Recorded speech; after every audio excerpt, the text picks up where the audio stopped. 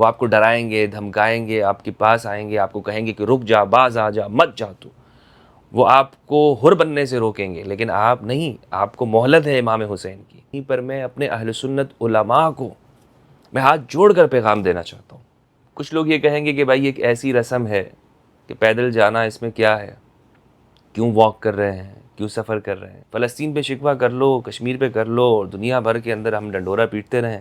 شیعہ کے ہاں شہادت کو منحوس سمجھا جاتا ہے، آج دنیا کے سامنے ہے کہ آپ تو شہادت کی بات کرتے رہے، آپ نے کہاں جا کر جہاد کیا، اور شیعہ فکر کو ماننے والے وہ کہاں جا کر جہاد کرتے ہیں۔ بسم اللہ والصلاة والسلام علی رسول اللہ وآلہ وعلا۔ السلام علیکم ورحمۃ اللہ وبرکاتہ۔ اے کربلا کی خاک اس احسان کو نہ بھول، تڑپی ہیں تجھ پہ لاشیں جگر گوشہ بطول۔ اسلام کے لہو سے تیری پیاس بجھ گئی، سیراب کر گیا تجھے خون رگ رسول۔ دوستو، اربعین امام حسین یعنی چہلم قریب آ رہا ہے، اور دنیا بھر میں عشاقان اہل البیت اس دن میں گھروں سے نکلتے ہیں، اور کچھ لوگ جن کو استطاعت ہوتی ہے وہ کربلا جاتے ہیں، کوفہ جاتے ہیں۔ دنیا میں سب سے بڑا ایونٹ ہوتا ہے، سب سے بڑا، اور انسانی تاریخ اس بات کو یاد رکھے گی اور یاد رکھتی ہے کہ ملوکیت اور بادشاہیت، اقتدار، ظلم اور جبر وہ ہار گیا، کوئی آج اس کا نام نہیں لیتا ہے، لیکن حسین زندہ ہے۔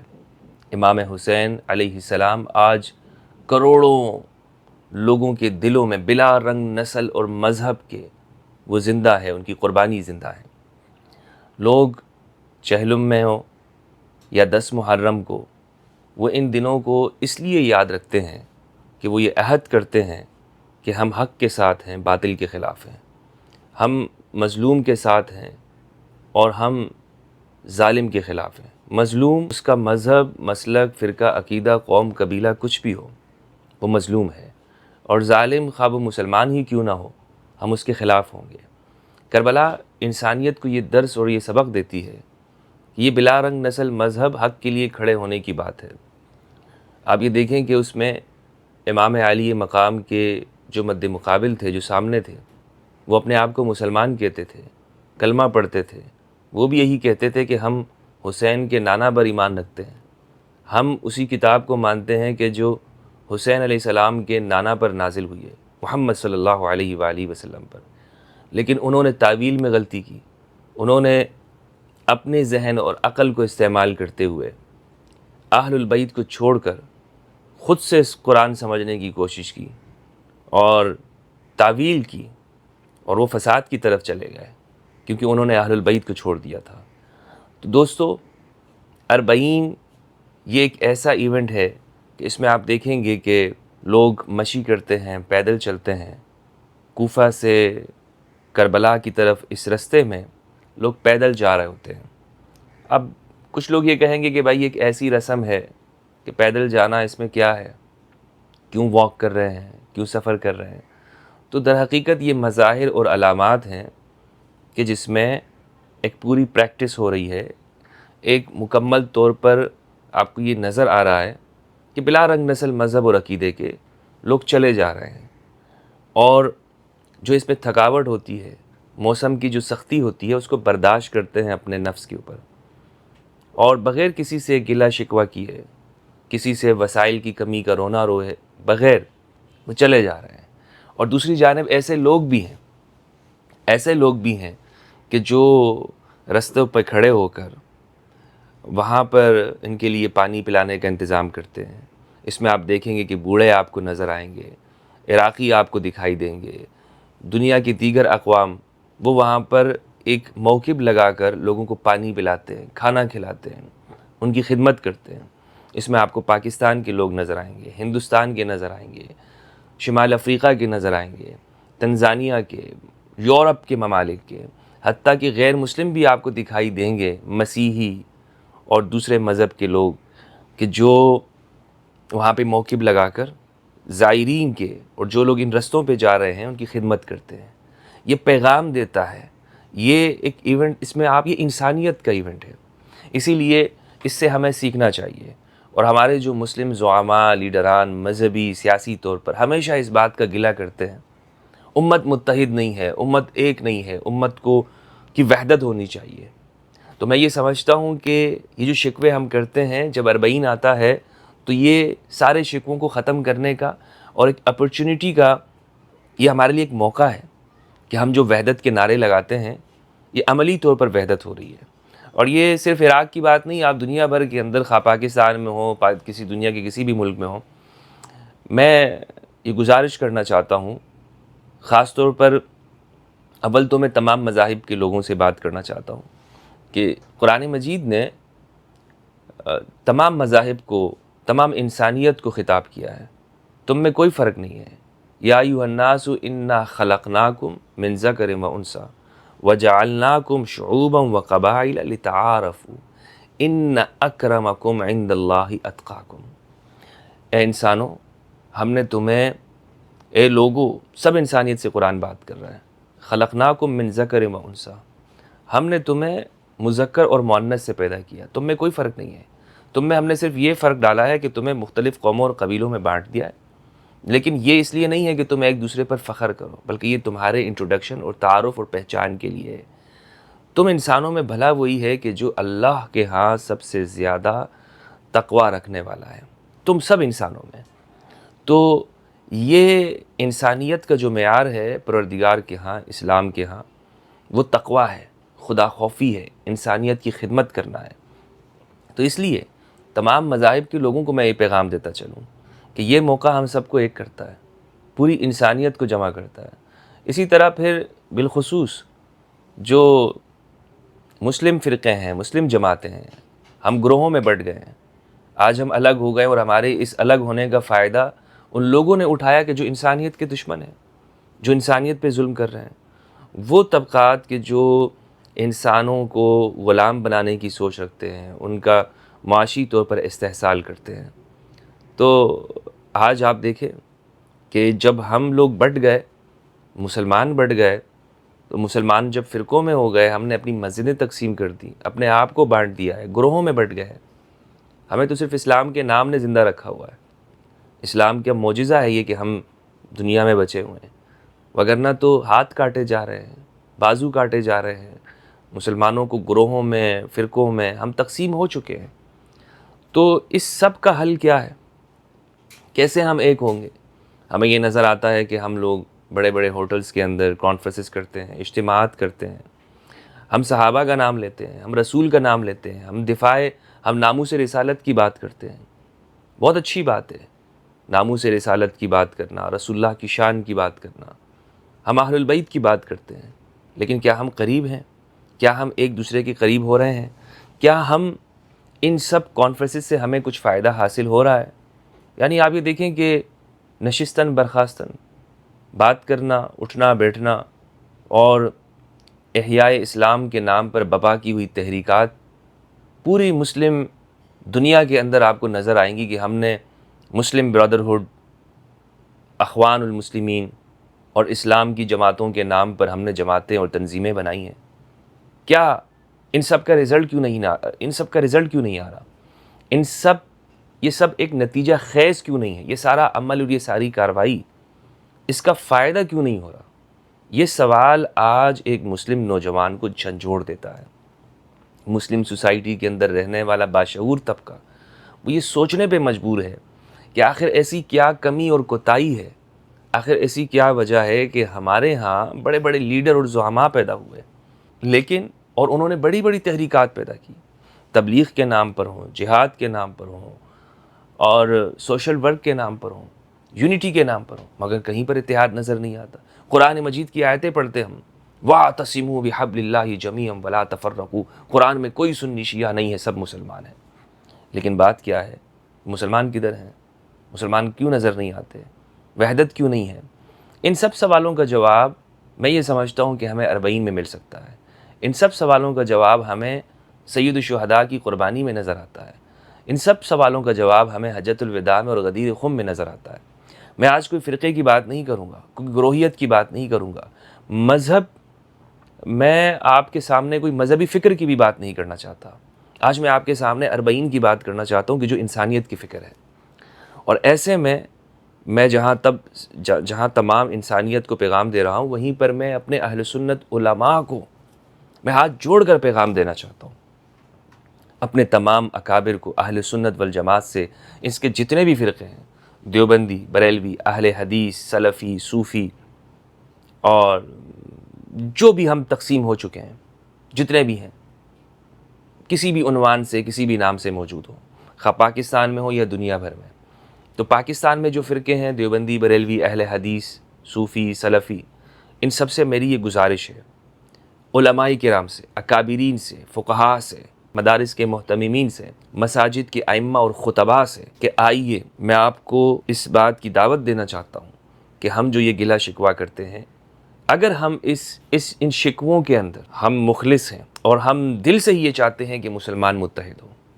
تو ہم اس میں اربعین میں شرکت کریں، جس جگہ پر بھی ہیں۔ دیکھیں، اگر آپ یہ سمجھتے ہیں کہ یہ شیعوں کے اجتماعات ہیں، اور اس میں ہمارے یہاں اکثر یہ گلہ شکوہ کیا جاتا ہے اور بات ہوتی ہے کہ شیعہ کی مجالس میں وہ صحابہ کی توہین ہوتی ہے، شیعہ کے جلوس میں وہ صحابہ کی توہین ہوتی ہے۔ میں تقریباً کوئی 5 سالوں سے میں ان کی اربعین میں اور مجالس، خاص طور پر عاشور کے جلوس میں شریک ہو چکا ہوں۔ یعنی 5 سال کا ایک بڑا عرصہ ہوتا ہے۔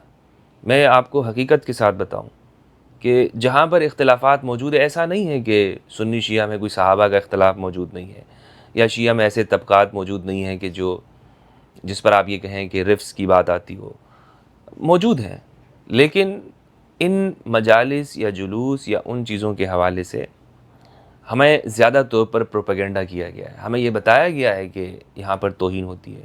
آپ شرکت کریں۔ آپ اگر کہتے ہیں کہ یہ لوگ ایسا کرتے ہیں، میں آپ کو حقیقت بتاتا ہوں، اگر ہم شرکت کرنا شروع کر دیں گے، مثلا میں نے خود اپنے بڑوں سے سنا ہے، اپنے بزرگوں سے سنا ہے کہ ایک وقت ایسا تھا کہ یہاں پر جب شیعہ کے جلوس گزرتے تھے تو اہل سنت والجماعت کے جو لوگ ہیں، سنی عوام، وہ سبیل لگاتے تھے، وہ پانی پلا رہے ہوتے تھے۔ یعنی سبیلوں کا جو کام تھا وہ شیعہ کا کام نہیں تھا، وہ اہل سنت کر رہے ہوتے تھے، کھانا کھلانے کا کام اور اس کے سارے انتظامات جو ہیں وہ اہل سنت کرتے تھے۔ اور آج بھی بہت ساری جگہ کے اندر، کراچی میں نے خود اپنی آنکھوں سے دیکھا ہے کہ جو سنی نوجوان ہیں وہ خدمت کر رہے ہوتے ہیں، زائرین کی خدمت کرتے ہیں۔ عراق میں آپ کو اپنا تجربہ بتاؤں، میں نے اہل سنت کو وہاں پہ دیکھا، مسیحیوں کو دیکھا، بچوں کی تربیت کیسے ہو رہی ہے، بچوں کی تربیت ایسے ہو رہی ہے کہ ان کو کہا جا رہا ہے، اگر آپ ان کو کہیں گے نا کہ میں سنی ہوں تو وہ آپ سے خوش ہوں گے۔ یہ ایک وسعت پیدا ہو رہی ہے، اور آج جب اتحاد کی بات ہو رہی ہے، جب وحدت اور یونٹی کی بات ہو رہی ہے، تو پھر اہل سنت کیوں پیچھے رہیں؟ ہم کیوں پیچھے رہیں؟ اگر صرف ہم یہ کہتے ہیں کہ بھائی ان مجالس کو ہم نہیں جانا چاہیے، من کسر سواد قوم فہو منہم، جس نے کسی قوم کی کثرت کو بڑھا دیا تو وہ انہی میں سے ہے، اور یہ بالکل من گڑت سی ایک روایت ہے، اس کی کوئی رسول اللہ صلی اللہ علیہ وآلہ وسلم نے، اور اگر اس کا محمل بھی ہو تو وہ کچھ اور ہے، مسلمانوں کے اوپر نہیں فٹ کرے نا بھائی ان روایتوں کو۔ قرآن کہتا ہے، میں نے تو آپ کے سامنے قرآن مجید پیش کی، قرآن تو سب انسانیت کی بات کرتا ہے، اور ہم یہ فرقہ وارانہ سوچ رکھ کر اگر مسلمانوں کے اندر اس کو انڈیلیں گے اور ڈالیں گے تو پھر تو ہماری حالت یہی ہوگی، فلسطین پہ شکوہ کر لو، کشمیر پہ کر لو، اور دنیا بھر کے اندر ہم ڈنڈورا پیٹتے رہیں اور مسلمان ایک نہیں ہیں۔ تو اہل سنت علماء سے میری گزارش ہے کہ اس میں شرکت کریں، اور اگر ہمارا یہ شکوہ ہے کہ ان مجالس میں ہم شرکت کرتے ہیں تو اس میں صحابہ کے بارے میں کچھ ہوتا ہے، تو ایسا میں آپ کو بتاؤں، ایسا کچھ نہیں ہے۔ جو اختلافات ہیں ان اختلافات کو اپنی جگہ پہ رکھا جاتا ہے، اور ان اختلافات پہ گفتگو ہونی چاہیے۔ میں اس بات کا قائل ہوں کہ ہم اپنے معاملات کو گفتگو کے ذریعے سے حل کریں، ڈیبیٹ کے ذریعے سے کریں، ایک دوسرے سے بات چیت کریں، کوئی بھی مسئلہ ہو، خلافت کا ہے، غدیر کا ہے، امامت کا ہے، واقعہ کرتاس ہے، بات چیت ہوگی تو معاملات سمجھ میں آئیں گے نا۔ یعنی ایسا تو نہیں ہو سکتا کہ ہم بات نہ کریں اور ہم کہیں کہ مسلمانوں کے سارے معاملات حل ہو جائیں گے، ان سب کے اوپر مٹی ڈال دو، ختم کر دو، چپ کر جاؤ، زبانیں بند کر دو، خاموش ہو جاؤ، اور بس معاملات مسلمانوں کی خود بخود صحیح ہوں گے۔ خود بخود دنیا میں کچھ صحیح نہیں ہوتا۔ یورپ کے اندر لوگوں نے مذہب کے حوالے سے جو ہمیں آج ہارمنی نظر آتی ہے، جہاں وہاں پر ریاست کا کردار ہے، وہاں پر یہ بات بھی ہے کہ لوگ اس بات کو سمجھ گئے ہیں کہ ہمیں بات کرنی ہے، ہم اپنی بات، ہم کسی پر ہاتھ نہیں اٹھائیں گے، ہم کسی کے اوپر دست دراندازی نہیں کریں گے، ہم لوگوں پر اگر میرا اختلاف ہے تو میں زبان کے ذریعے اس کو حل کرنے کی کوشش کروں گا۔ یہی حل مسلم امہ کا ہے، کہ ہم احترام کے ساتھ اختلاف کو رکھیں سامنے، احترام کے ساتھ بات چیت کریں۔ تو اہل سنت والجماعت کے جتنے بھی علماء ہیں، تمام اکابرین کو، بریلوی، سلفی، دیوبندی، میری یہ دعوت ہے کہ آپ اس میں شرکت کریں۔ اور پھر ہم یہ جو بات کرتے ہیں نا، ایک بڑی بات میں آپ سے کرنا چاہتا ہوں۔ ہم اکثر یہ کہتے ہیں کہ ہم تو شیعہ سے زیادہ اہل البیت سے محبت کرتے ہیں، ہم تو ان سے زیادہ حقدار ہیں، اور اہل البیت سے حقیقی اور سچی محبت کرنے والے تو ہم سنی اور اہل سنت والجماعت ہیں۔ ہم ہی وہ لوگ ہیں کہ جو صحابہ کا احترام کرتے ہیں، ہم ہی وہ لوگ ہیں جو قرآن پر یقین رکھتے ہیں، اور ہم ہی وہ لوگ ہیں کہ جو اہل البیت سے حقیقی محبت کرتے ہیں۔ اگر یہ ہمارا دعویٰ سچا ہے تو پھر ہم عاشور میں غائب نہیں ہونے چاہیے، تو پھر ہم اربعین پہ غائب نہیں ہونے چاہیے، تو پھر ہمارے ہاں ہم سوشل میڈیا پر نظر آنے چاہیے کہ جہاں امام حسین علیہ السلام کا دفاع کر رہے ہو، نہ کہ یزید کا۔ دیکھیں، کردار میں نظر آنا چاہیے، گفتگو میں بات نظر آنی چاہیے۔ اگر ہم یہ دعویٰ کر رہے ہیں نا، یہ ساری بات کہ ہم اہل البیت سے زیادہ محبت کرتے ہیں، آپ سوشل میڈیا پہ چلے جائیں، یوٹیوب پہ چلے جائیں، جتنے بڑے بڑے ہمارے مولوی حضرات یوٹیوبرز ہیں، وہ محرم کے ان ایام کے اندر آپ کو گفتگو کرتے ہوئے نظر آئیں گے کہ ان دنوں میں آپ حلیم مت کھاؤ، ان دنوں میں آپ شربت مت پیو، سبیل پہ مت جاؤ، ان دنوں میں آپ یہ کام مت کرو، یہ مت کرو، یہ مت کرو۔ یعنی ان چیزوں کے اندر ہم زیادہ، ٹھیک ہے آپ کا فرقہ، آپ کا مسئلہ کی چیزیں بتاتی ہے، لیکن مظلومیت اہل البیت کو کیوں بیان نہیں کرتے؟ ائمہ اہل البیت کی جو سیرت ہے، یعنی آپ مجھے یہ بتائیے کہ کتنی ویڈیوز آپ کو ہمارے مسالک اور فرقوں کے لوگوں کے ملیں گی کہ جنہوں نے یہ بتایا ہو کہ کربلا کے بعد کیا واقعات ہوئے، کربلا کے اندر کیا ہوا، سیدہ زینب کی سیرت کو بتانے والے کتنے ہیں؟ کتنے ہیں وہ لوگ کہ جنہوں نے علی اصغر کی اس مظلومانہ شہادت کو بتایا؟ کتنے ہیں وہ لوگ کہ جنہوں نے ہمارے سامنے شہزادہ علی اکبر کی شہادت کو بتایا؟ آپ گوگل پہ چلے جائیں، یوٹیوب پر چلے جائیں، ویب سائٹ دیکھ لیں۔ ان دنوں میں صرف ہم انہی پر بات کرتے رہتے ہیں، منکرات محرم۔ ہمارے بڑے بڑے اکابر، انہوں نے رسالے لکھے ہیں، اور میں یہاں پر چونکہ وحدت کی بات کر رہا ہوں، اس پر میری ویڈیوز موجود ہیں۔ وہ کون لوگ ہیں کہ جنہوں نے یہ کہا ہے کہ شیعہ کے ہاں شہادت کو منحوس سمجھا جاتا ہے؟ آج دنیا کے سامنے ہے کہ آپ تو شہادت کی بات کرتے رہے، آپ نے کہاں جا کر جہاد کیا؟ اور شیعہ فکر کو ماننے والے وہ کہاں جا کر جہاد کرتے ہیں؟ تو بہرحال دوستو، یہ ایک الگ موضوع ہے، میں اس پیغام کو مکس نہیں کرنا چاہتا، اور میں یہ چاہتا ہوں کہ درد دل سے اپنے اہل سنت عوام سے یہ کہنا چاہتا ہوں کہ دیکھیں میں اگین یہ عرض کرتا چلوں کہ کبھی بھی میرا یہ مقصد نہیں رہا ہے کہ ہم اپنے فرقے اور مسلک کو چینج کر لیں۔ میں نے کل ہی اپنی گفتگو کے اندر یہ بات کہی کہ فقہی مکاتب کا جو اختلاف ہے وہ علمی ہے۔ آپ نے نماز کا طریقہ کیا ہے، کس طرح سے نماز پڑھنی ہے، ہاتھ باندھ کے پڑھ رہے ہیں یا ہاتھ چھوڑ کے پڑھ رہے ہیں، وضو کا طریقہ کیا ہے، یا طلاق کے مسائل کیا ہیں، یہ ساری وہ چیزیں ہیں کہ جو فقہی معاملات ہیں، اور اس میں بھی کوشش ہماری یہی ہونی چاہیے کہ ہم یہ دیکھیں کہ قرآن و اہل البیت کا ہے۔